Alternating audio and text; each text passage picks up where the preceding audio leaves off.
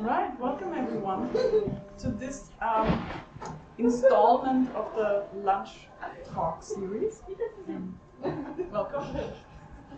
Our speaker for today, it's a pleasure to announce her, Doris Rusch, from the Gotland Game Design Department, which is part of Uppsala University. Doris Rusch is an award-winning game designer and author of the book Deep Games. So welcome, the floor is yours. Thank you, Sabrina. Hello, it's very nice to be here. Let's see if that happens afterwards. I have to earn this. So today I want to share something with you that is still very much work in progress, even though I've been reading up on this stuff for the last 2-3 years. So bear with me as I'm unpacking some weird thoughts here. The talk is called Existential Transformative Game Design. And it is a continuation of work that has happened in my previous life making deep games. So games about the human experience that use metaphors to model complex, abstract concepts. What does that mean? So games about anxiety, screenshots from projects we did, or games about addiction, or games about depression, and all of this uplifting stuff. A larger transmedia project that included experimental film and little games about mental illnesses. Well, there is a theme here. So ADD, OCD, and bipolar disorder. Yeah, and it resulted in this. And then during all of this work, which took about 12 to 13 years developing the games and the theories about that, I got more and more sucked into the games for health or games for change space. So games that have a purpose beyond entertainment. And it was a really interesting experience because more and more when I talked about these games, I know my computer seems to be haunted and it's flickering. Just ignore it.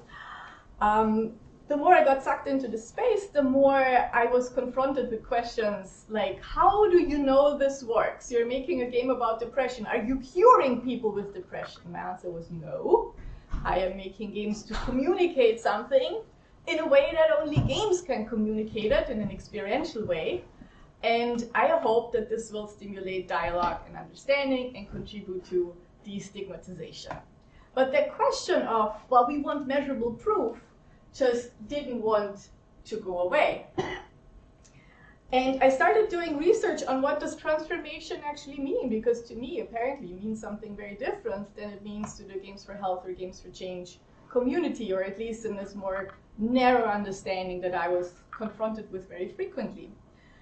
And a year ago, a book came out that very much speaks to this demand of transformation that is in some way quantifiable and measurable, the transformational game design framework. And it's a quite pervasive approach in this space, in this community.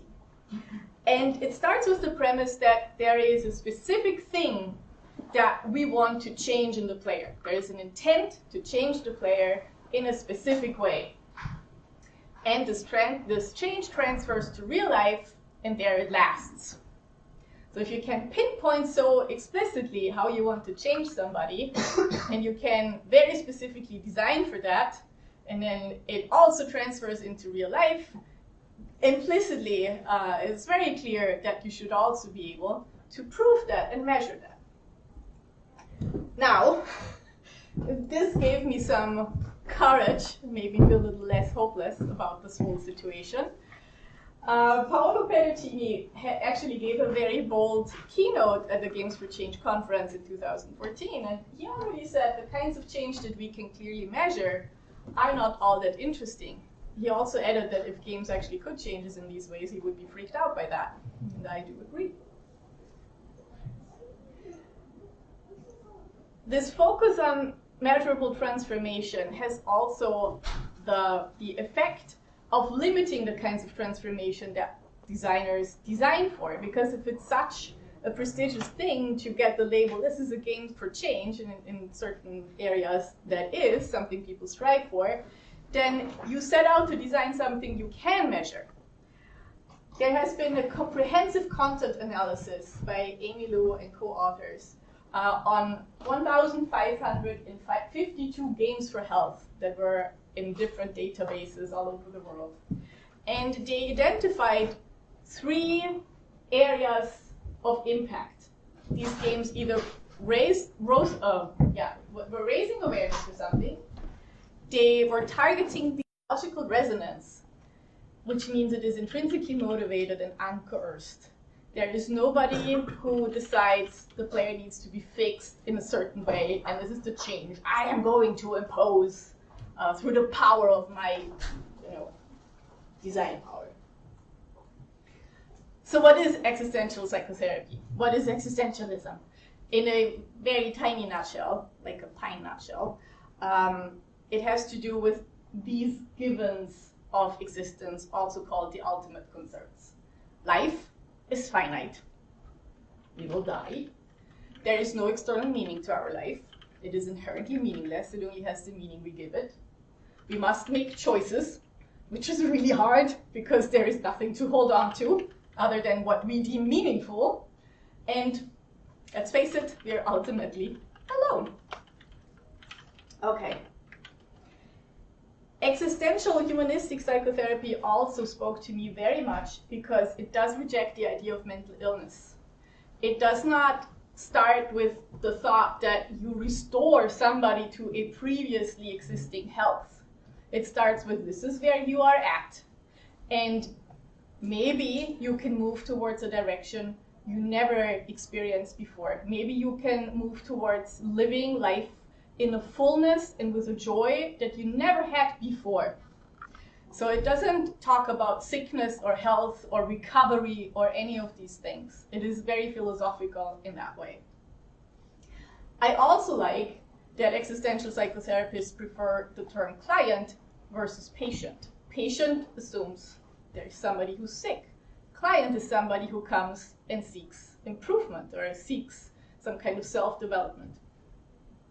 And the client is met where they are at, not with assumptions about who they are supposed to be. So it is, they craft their own journey with the help of somebody who helps them reflect along those lines.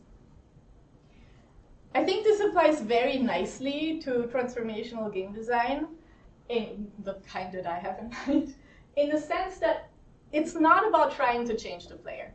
The assumption is not that the player needs to be fixed or educated or taught in a specific kind of way, because who are we to really determine that? The game aims to provide a possibility space where people can explore for themselves, encounter themes, encounter values, encounter topics that resonate with them out of their own accord. Now, when we look to existential humanistic psychotherapy and the goals that they postulate for clients, these are the ones that are most often mentioned. Making clients sensitive to their own existence. And I will unpack a little bit about what each of these goals actually mean. It's a rather involved process. Then calling attention to a client's unique traits. What is it that really speaks to you? What resonates with you deeply? What is it about you that you could develop so you live a life that is meaningful to you? How you are at your core, whether that exists or not. Helping clients improve encounters with others. So this speaks to the existential isolation. How can we have good relationships despite knowing that we are all lonely ships in the dark? And assisting clients in establishing a will to meaning. That's the most esoteric and elusive of all of these, but also maybe the most intriguing and the most potent to inspire game ideas. Encouraging clients to make decisions about present and future directions in life. All of these goals need a lot of unpacking and a lot of creative interpretation to be in any way useful for game design. So I started on this. I'm by far not done, but hopefully this sparks interesting discussions. Sensitizing to existence.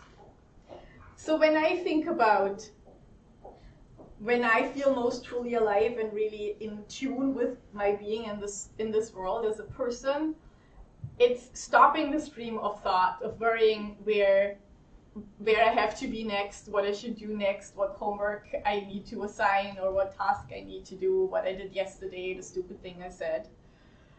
And it's really zooming into the here and now. And it comes with a sense of egolessness, of unself-consciousness, of not constantly being aware of who I am, but just being.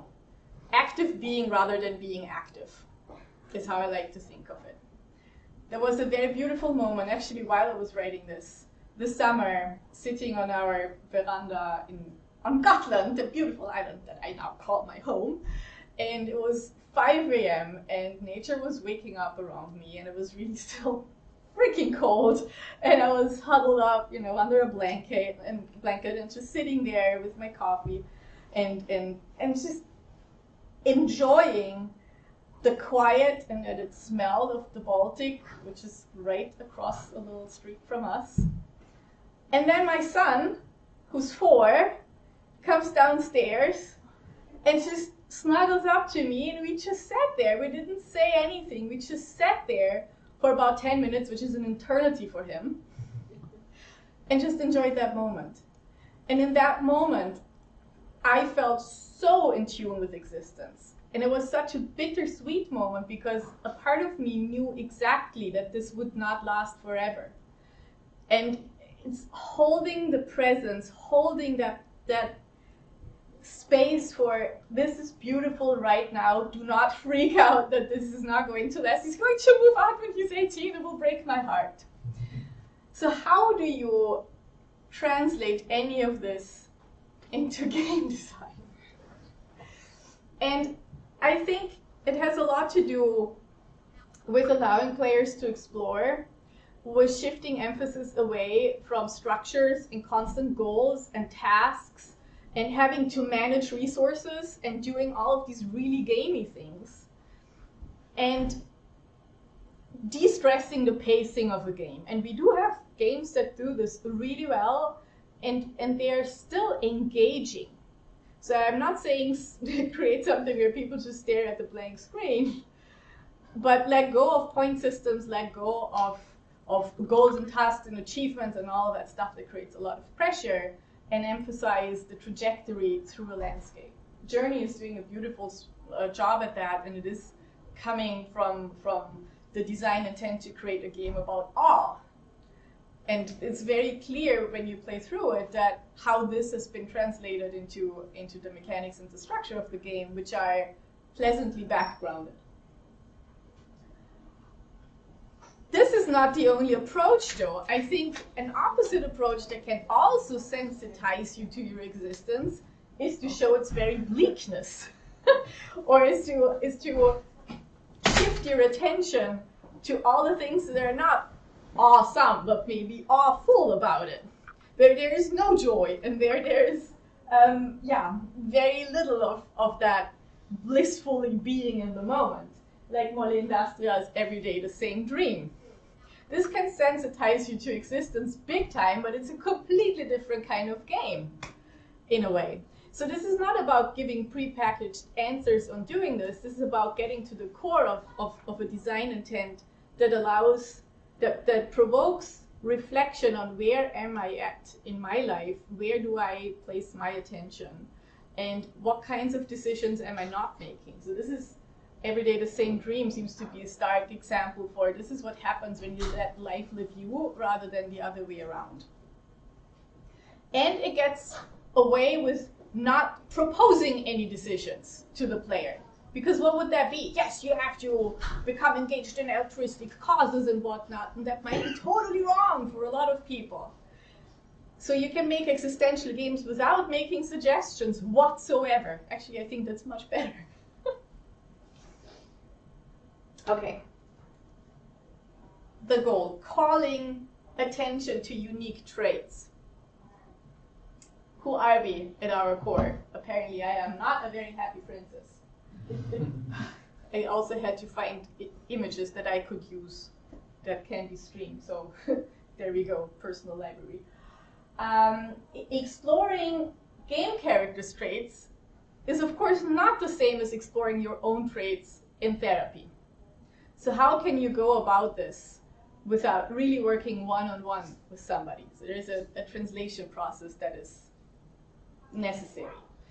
And we all know from role-playing games and other games where you enact a character that you can, to an extent, step into somebody's modeled reality and then experiencing something like that. I think it is very seductive to make games that overemphasize that, where it's now, okay, let's make an existential game where you play 5 different characters and then choose the one that suits you the best. That is absolutely not what I am saying. What I am drawing inspiration from is games that really very cleverly use certain archetypes and let them stand in dialogue with each other, where you do get to role play from that perspective, but it is not about that. What it is really about, for example, in Bluebeard Sprites, has anybody played that yet? Oh, you so should. It's pretty intense. But you know the myth of Bluebeard? Yes, very good. So you play as the bride, but you play as one aspect of the bride. So there are several sisters, and they are all archetypes. So you have the mother, you have the maiden, you have the witch. What's the witch?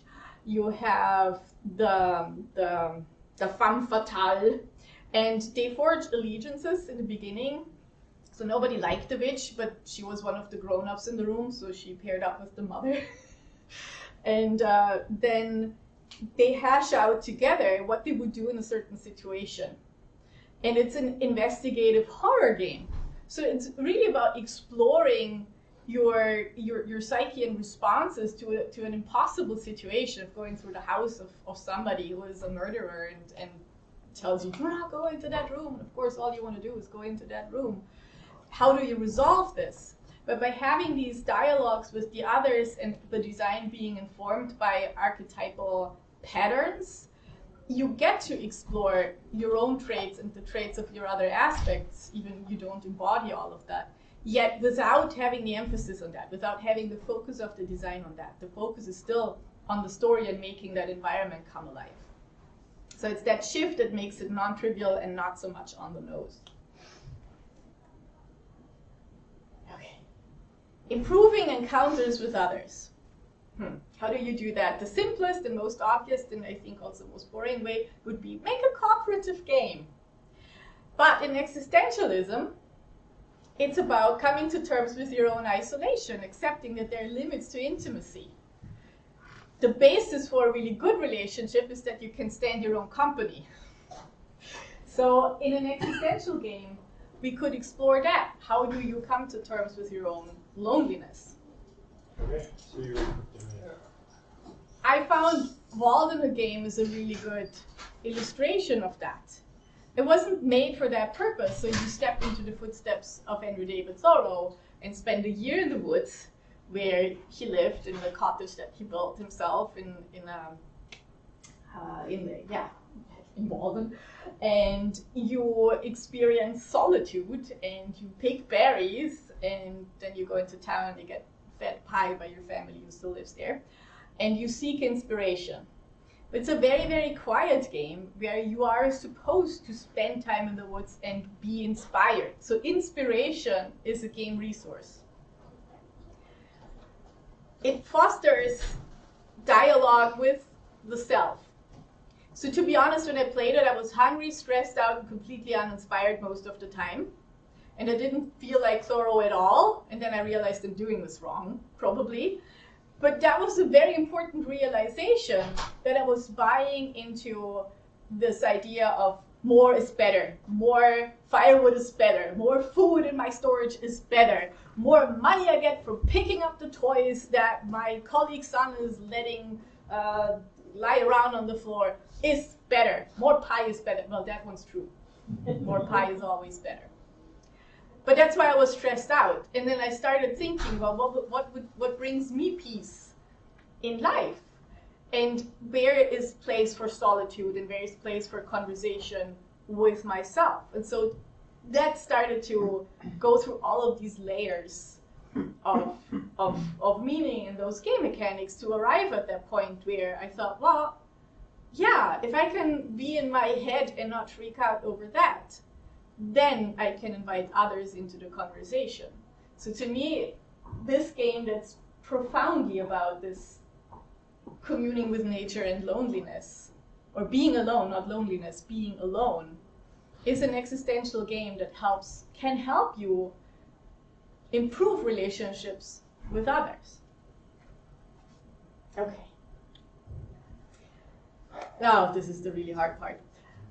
Establishing a will to meaning.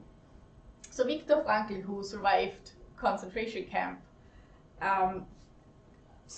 saw in his own experience and in dealing with others that how you give meaning to suffering makes all the difference, makes the difference between life and death, in living and thriving.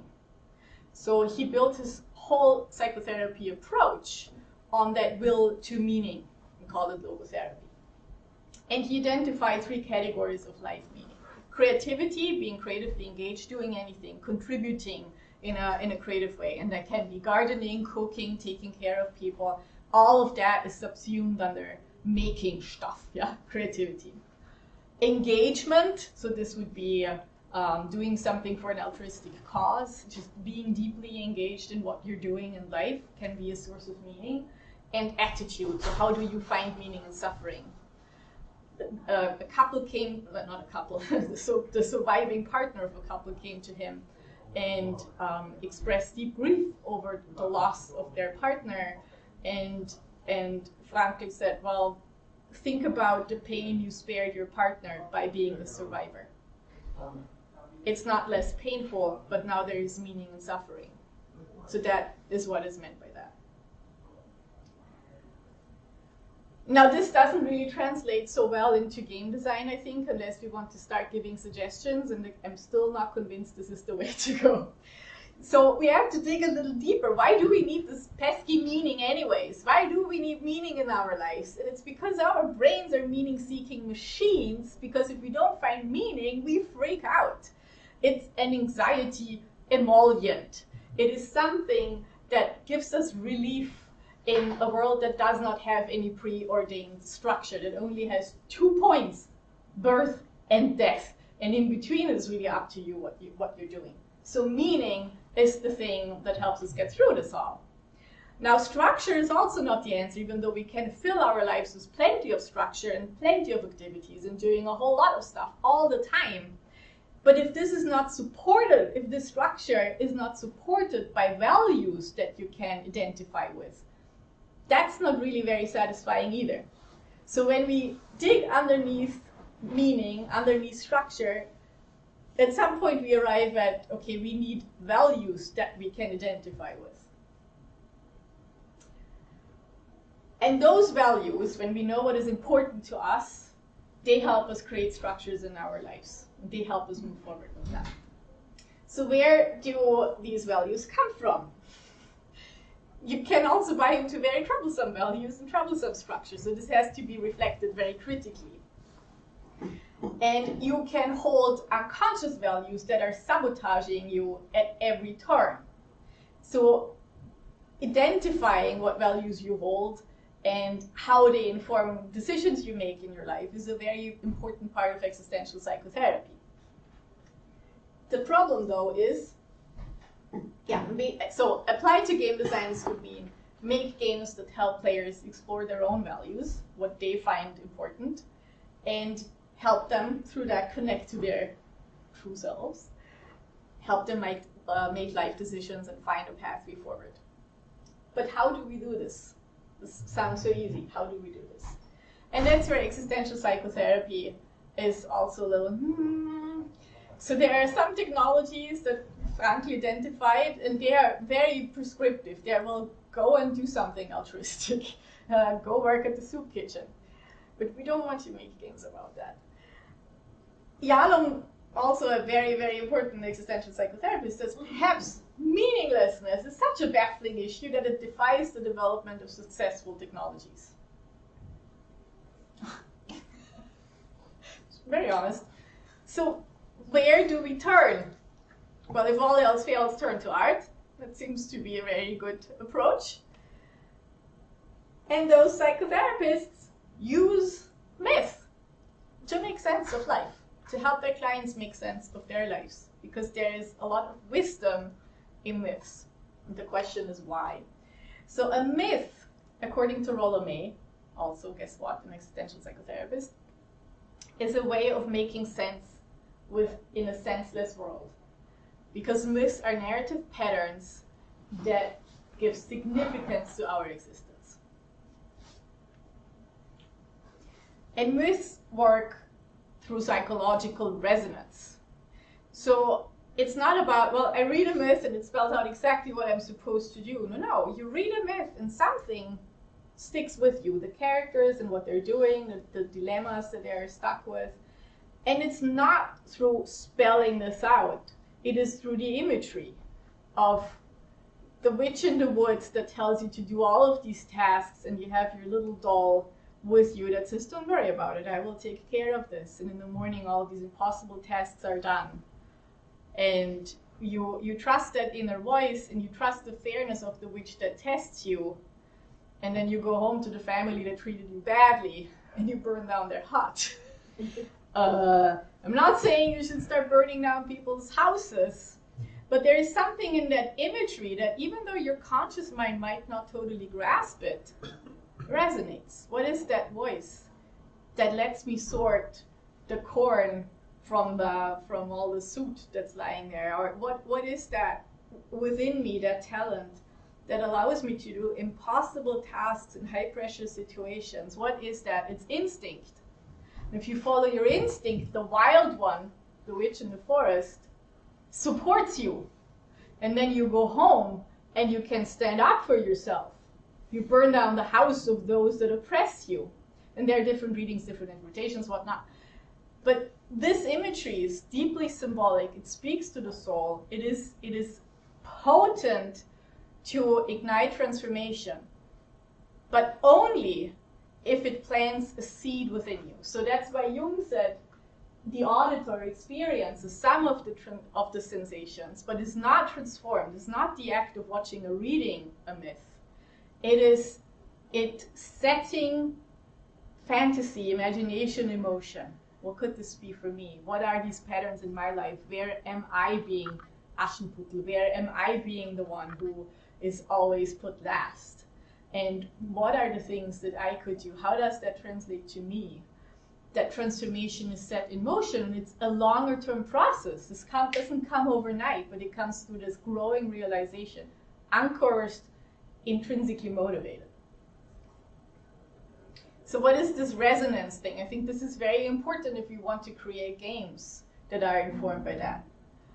It's Erik Goodwyn is a psychiatrist, but he uses a lot of Jungian thought and has done extensive folklore studies and also extensive medical studies. He's a really interesting character. And he writes about psychological resonance and identifies its characteristics. And so these are mental stickiness, sticks in your head, spontaneous emergence, so it pops up all over the world somehow, generational staying power, it's not just a phase or zeitgeist, and and you can see it in different places despite large distances in time and space. Now the problem with this is based on empiricism. So we know what it is once it's been around for hundreds of years, once it has stood the test of time. Well, shit. So if you're a game designer, you cannot do decades of longitudinal playtests to fine-tune your game towards psychological resonance. It either has it or it does not somehow, if we buy into the empirical aspect of that. The good news is we don't have to. This is how it's defined by folklore studies and coming from people who look at a vast body of work of folklores and myths, and then looks at the patterns and the motifs that keep in the imagery that keep re-emerging, and then you can say, well, that's psychologically resonant, and these are the characteristics we find for this. psychological resonance is promoted through cultural transmission. So somebody puts something out there, and then there are a lot of other people who fine-tune this. And the stuff that sticks, that gets translated further down the line and or transferred, and the stuff that, or transmitted, that's why it's called cultural transmission, and the stuff that doesn't, it's like, kind of not feeling that just gets dropped. So you have a lot of cooks in the mix. There is not one author. Everybody in that culture contributes to that. Also, problem with this, just because something is easy to think doesn't make it right, and it doesn't make it good, it doesn't make it ethical, it doesn't make it morally sound.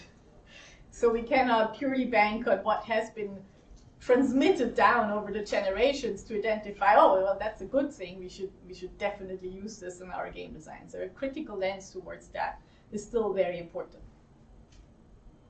So, but what can we do if we don't have cultural transmission, we don't have teams of game designers?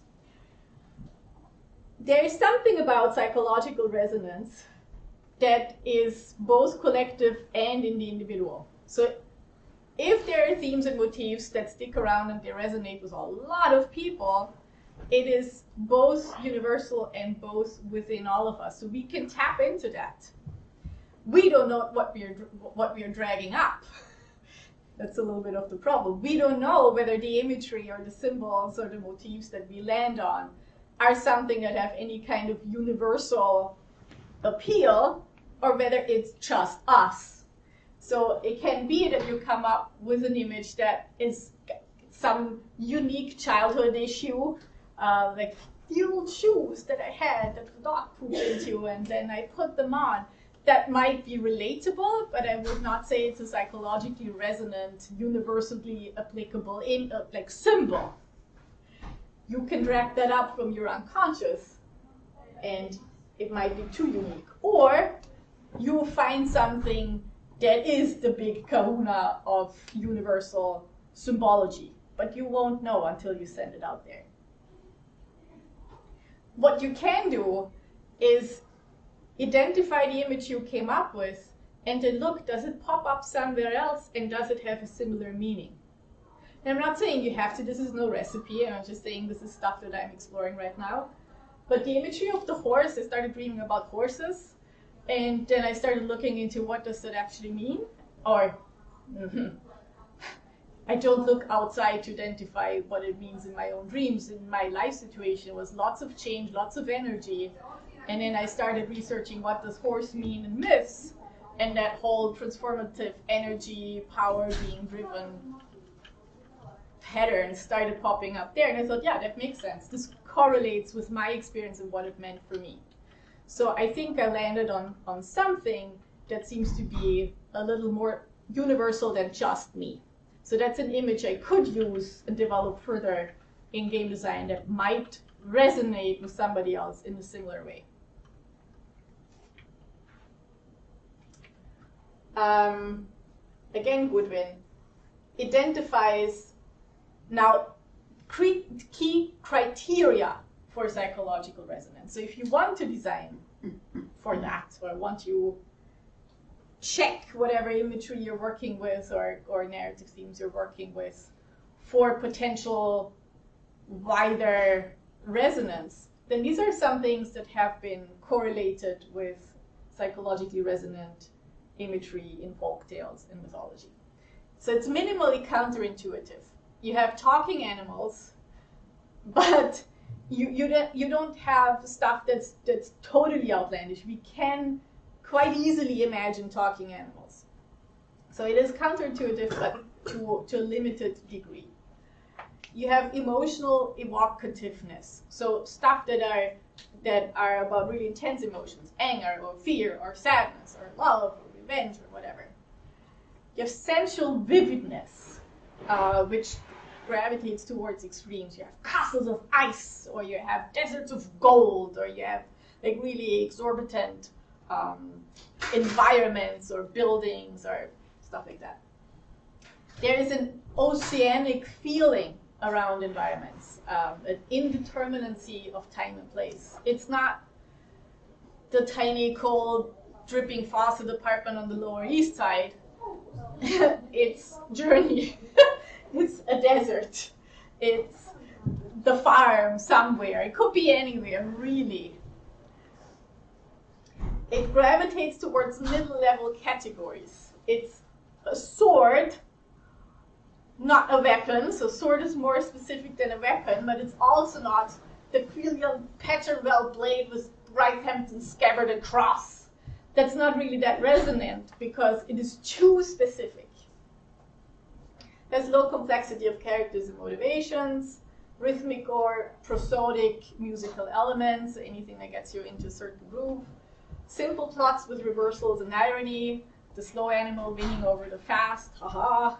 We remember this stuff because Schadenfreude is a human trait. And apparent interconnections of events. This happened just in the nick of time. So there's a certain drama to it as well. Now, I'm not saying that creating this kind of forever and for always and for everybody psychologically resonant stuff is in any way unnecessary. I think personal interferences can also be very good if we are tuned into somebody's frequency enough. If there is a game designer who makes something that really speaks to us, the personal stuff they bring in can really be the salt that makes that click, particularly for an audience. Regardless of that, so I will speed this up a bit. We started a little late as well. You can go over. Oh, okay. No problem. All right. This is towards the last bit anyways. So what are some things that we can do if we are interested in pulling up imagery and symbolism that have resonance, hopefully, and that maybe allow for these subtle personal transformations in people and that deal with existential themes?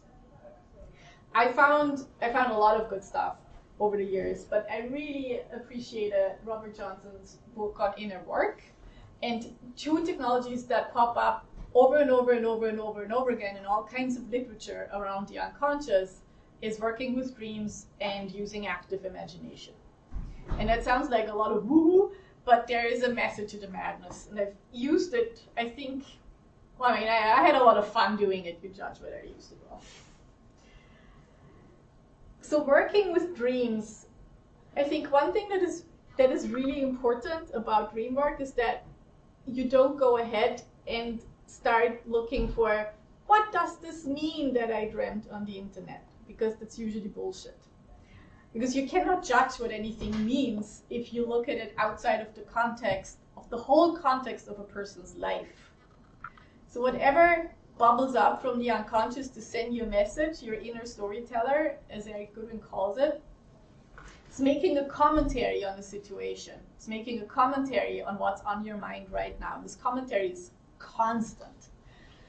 So the way to make sense of any dream imagery or any story that comes up in the dream is to use the #1 dream hack. I found it really awesome. Now people tell me their dreams, they don't know that now I know way too much about them.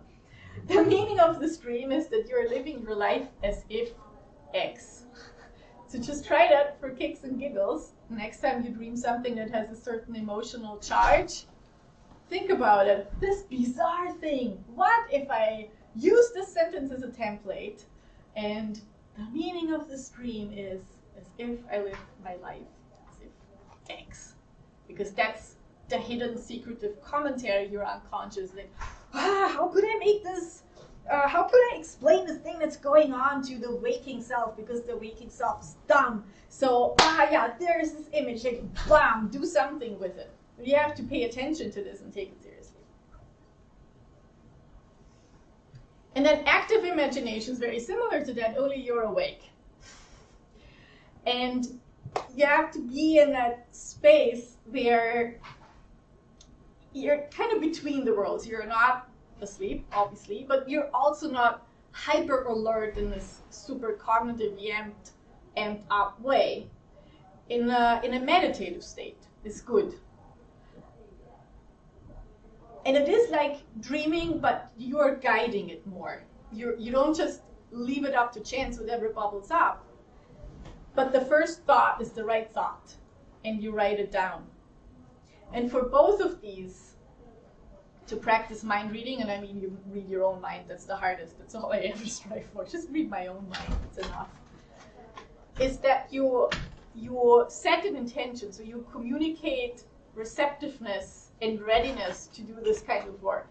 So before you go to sleep, you can tell yourself, I'm going to sleep soundly tonight and I will have a meaningful dream. So you have to practice that. There's a really good course on discovering your personal mythology at Sabrina University. And dreaming is a big part of that, and you actually practice dreaming. And if you have no meaningful dream whatsoever the first night, or the second or the third, do not give up. So it will come eventually. You can train yourself to do that. And then you have to write it down immediately, or you really have to do the work to remember the dream, or your unconscious says, well, screw you. I tried to tell you, you apparently don't listen. How often do I have to tell you that? So if you send the signal back to, yeah, I am actually interested, and I take note, and then I act upon it. So it's another thing that is stressed, is perform a little ritual to honor a dream. I had a dream about a magician who asked me for change, a street magician who asked me for change. Oh my goodness, this was not change in the sense of money, this was change in the sense of transformation. But the next day I buried a 20 krona bill in my garden underneath a tree to honor that kind of dream. And yes, I mean, that might be a little bit weird, but it was a really powerful dream, and I feel that a lot of things have happened since then that were positive and went in a good direction. So what is it that you can do to honor a dream that came up? And it can't just be having a cup of tea and thinking about the dream you had very consciously. When you do active imagination, you can start with a question. You can also do this with a dream, but when you sit down to write, have an opening ritual, whatever that is, put on a special piece of clothing or whatever, light a candle, clear your desk, and start with a question. Why am I so not quiet today? What is it that causes my back pain? I have this fear I cannot drop. What does it have to tell me? And then just let the first thought come and just write and write and write. And then you can ask other questions to see where it takes you. And it's really quite amazing what we know and don't know we know. And these journeys, these active imagination journeys, often turn quite mythical at some point because you're tapping into that unconscious symbolic reservoir. Last thing, to see how this can actually translate into a concrete game, this stuff is exactly how I made zombie yoga, and I didn't really know I was doing it at the time or what it was called. Zombie yoga was a Kinect game where you did yoga poses to fight zombies, and the zombies were representations of your inner fears. And it all started with me doing a Tai Chi class, my first and only Tai Chi class. And we were doing an exercise called push hands. It's a partner exercise where you're trying to push away the hands of your partner. And I was paired up with this elderly woman who barged in on me like there was no tomorrow. And I was almost in tears because, not because of her, but because I felt, this is exactly my life situation. I feel my boundaries are being crossed so hard and I cannot defend myself. What the heck is going on here? And that night, I had a dream. And I dreamed that I could steer cars with my hands, like stupid power dream. But there was a force field that came out of that, and I could accelerate and decelerate them with that. And so I did the dream hack. What does that stand for? And it was about mind-body connection. What was my body telling me about boundaries in my life, about defending these boundaries, about creating space around me?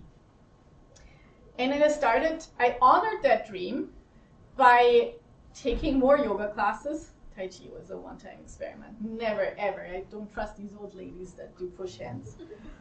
It's traumatizing. And I set an intention that when I would do a yoga class, I would listen to my body, what every pose meant to me and how it truly felt like. And it changed my whole experience of yoga because now suddenly doing a warrior pose, I could feel that expansiveness like the space around me change. Or when I was doing a balancing pose, calling energy back to me and really firmly rooting down through my body into the ground and holding that space. And I thought, this is exactly what I'm going to do. I will honor this even further by now making a whole game about this. And identified a range of yoga poses that to me really encapsulated these core experiences. So I had Warrior 1 to send a light ball, your externalization of an inner light upwards, to a tree pose to call it back to you, and to variations of goddess pose to send it back left and right. And that sparked a whole bunch of other imagery and the theme to recovering your inner child and blah, blah, blah. But working with that light metaphor and the mind-body connection, this whole project was a dream to make, and I dreamt about doing it all the time. I fought zombies in my dream doing yoga poses. So this just to say, all of this weird stuff can actually translate into quite powerful game design strategies. It can make the whole process personally super rewarding. And actually people had a lot of fun playing it when the game didn't break. Cool. So that was my very long spiel. Any questions? Thank you.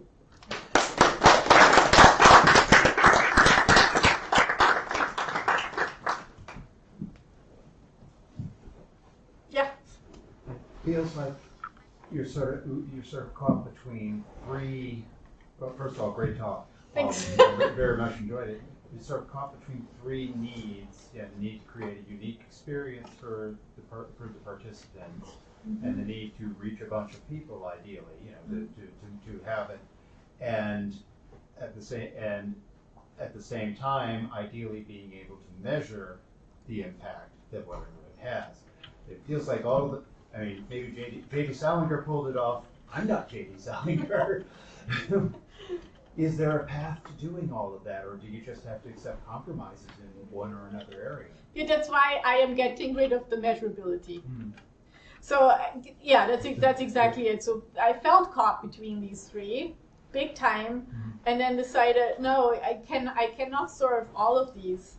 So I let go of the attempt to measure any of this or prove any of this, because you have very limited control over resonance, and that is good. Right. That's a good thing.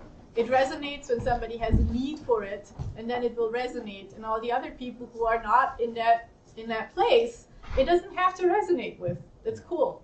Yeah, but the commercial side of me also says, okay, I got to be able to demonstrate some results if I'm going to get funding.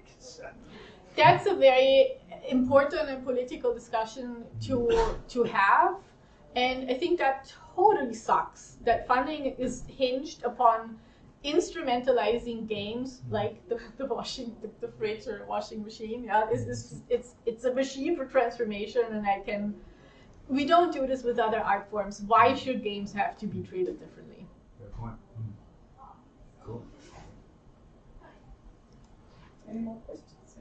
So you think that trying to make a game that doesn't immediately resonate with a person, you think it's bound to fail to try to change people through these systems and trying to, make some kind of, basically changing their attitudes, their behaviors, because for your target, it very much doesn't resonate in the beginning, because they are people who are not exactly what you want to make of them, and that is control, of course, and it's manipulation in a way, but with.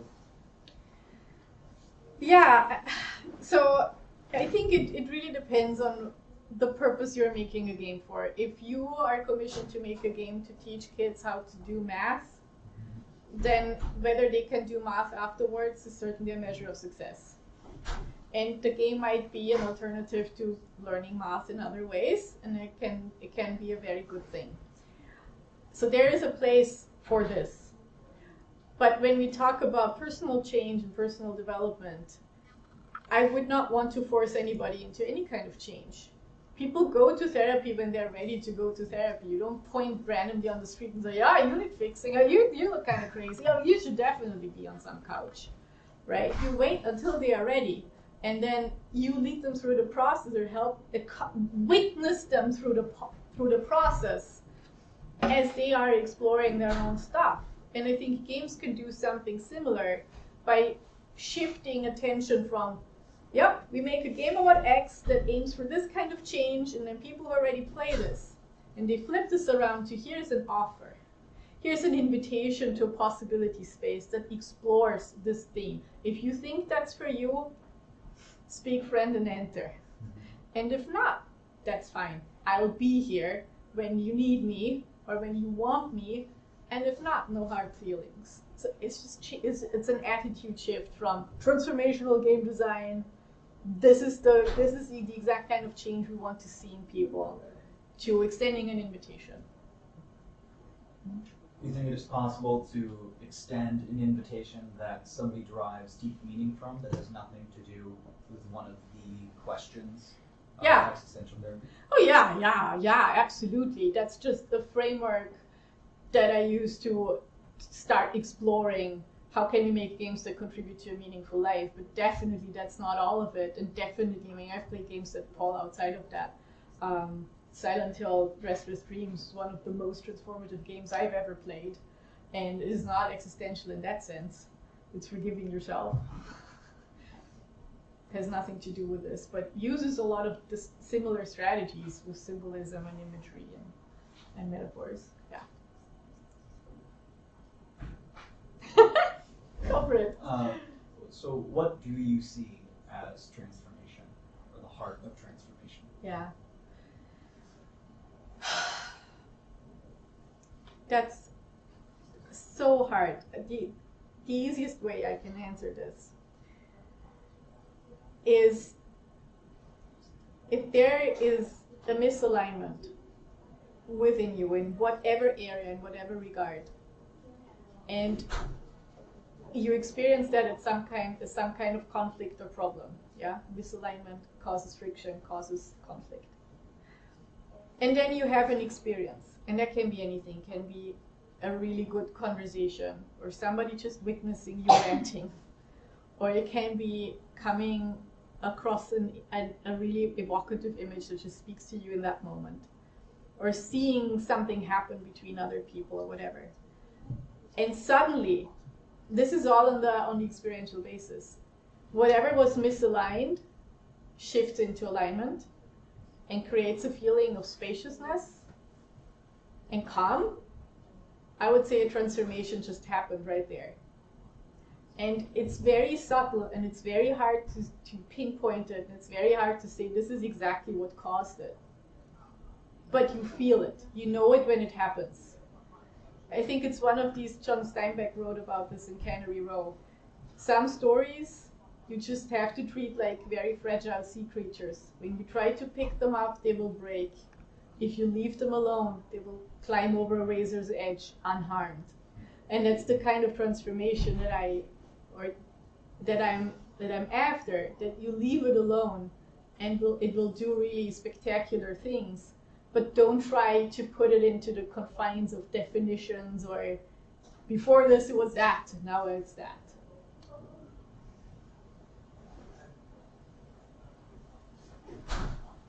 Yep. Very beautiful. Thank you.